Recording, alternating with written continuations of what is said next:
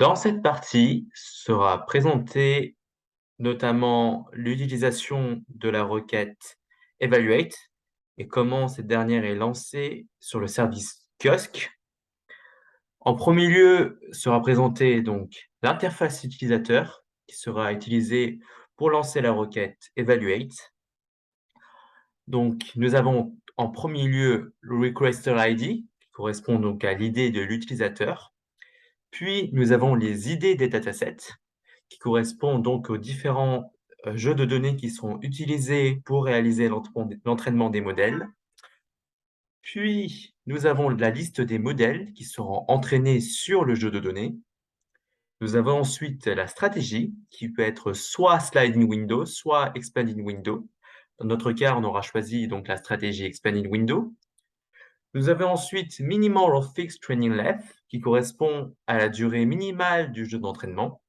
Ensuite, nous avons evaluating length qui correspond à l'horizon de prédiction. Là, ça correspond à un jour. Le train gap qui correspond à la fréquence d'entraînement. Là, ça correspond à 12 heures. Avant de lancer la requête, nous vérifions que nous avons bien mis la clé d'autorisation, donc c'est celle-là. Et une fois que nous avons vérifié que la clé était bien mise, nous pouvons lancer la requête. Send. Voilà, donc là, ça commence à envoyer la requête. Alors pendant ce temps, nous pouvons donc nous concentrer sur Google Cloud Platform, car c'est sur ce service que nous verrons comment évoluera le code après avoir lancé la requête. Donc là, nous avons lancé la requête evaluate sur le service kiosque. Donc c'est dans le service kiosque que nous allons nous rendre sur Cloud Run. Nous pouvons voir ici l'évolution de l'utilisation du CPU dans le service kiosque. Cela permettra de voir si la requête a bien été lancée ou pas. Donc là, vu qu'on a commencé à lancer la requête, on ne voit pas encore l'utilisation des CPU. Pour l'instant, ce qu'on peut regarder, ce sont les logs, c'est-à-dire les différentes actions qui ont été faites par le service kiosque après avoir lancé la requête evaluate.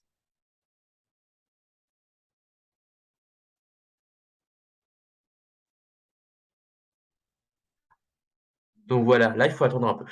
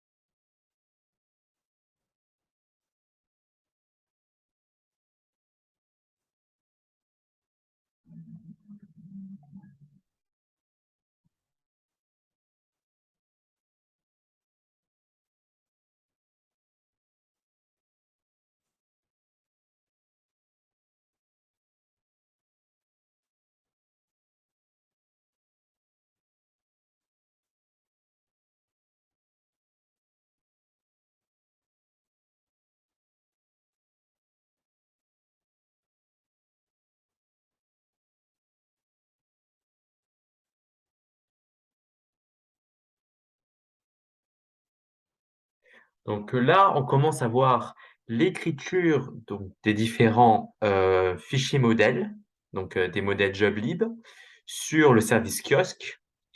Si on retourne sur la métrique et qu'on regarde l'évolution de la consommation du CPU, on peut voir que le service kiosque commence à consommer, du CPU pour réaliser la requête evaluate. Les fichiers qui ont été créés seront ensuite enregistrés sur Cloud Storage. On peut aller jeter un coup d'œil sur, où est-ce qu'ont été enregistrés ces fichiers. Hop,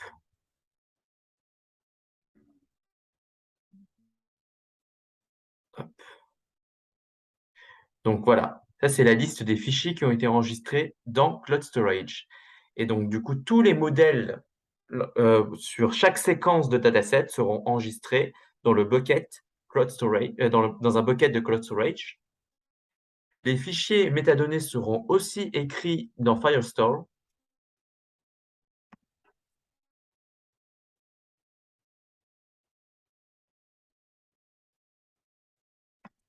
Hop, hop,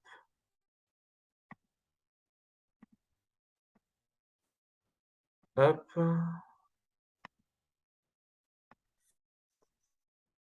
Voilà, ça c'est le dernier fichier qui avait été écrit sur Firestore. Là, on peut voir donc l'ID de la séquence du dataset. On peut retrouver donc tous les paramètres que nous avions mis en input, le nom du modèle, l'adresse qui permet d'accéder au modèle sur Cloud Storage et enfin le root mean weighted square error qui correspond à la performance de comment a performé le modèle sur cette séquence de données. On va retourner sur Cloud Run.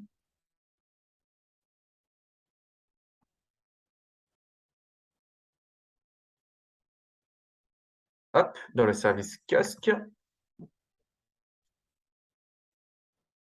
Hop. Alors, comment est-ce qu'a évolué le CPU?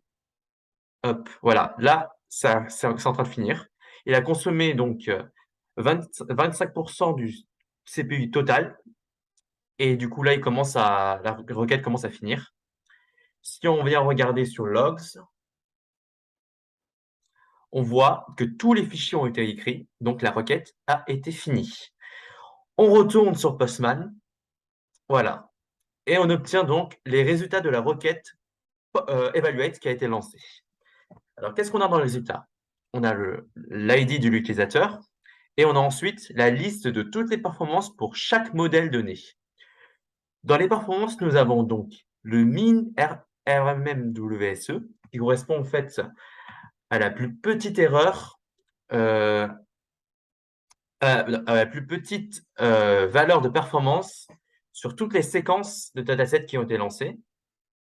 Médiane RMMWSE, donc la médiane, mean la moyenne, variance la variance, max c'est le max. Et là, c'est la liste de toutes les performances qui ont été lancées avec le modèle XGBoost sur toutes les séquences de données.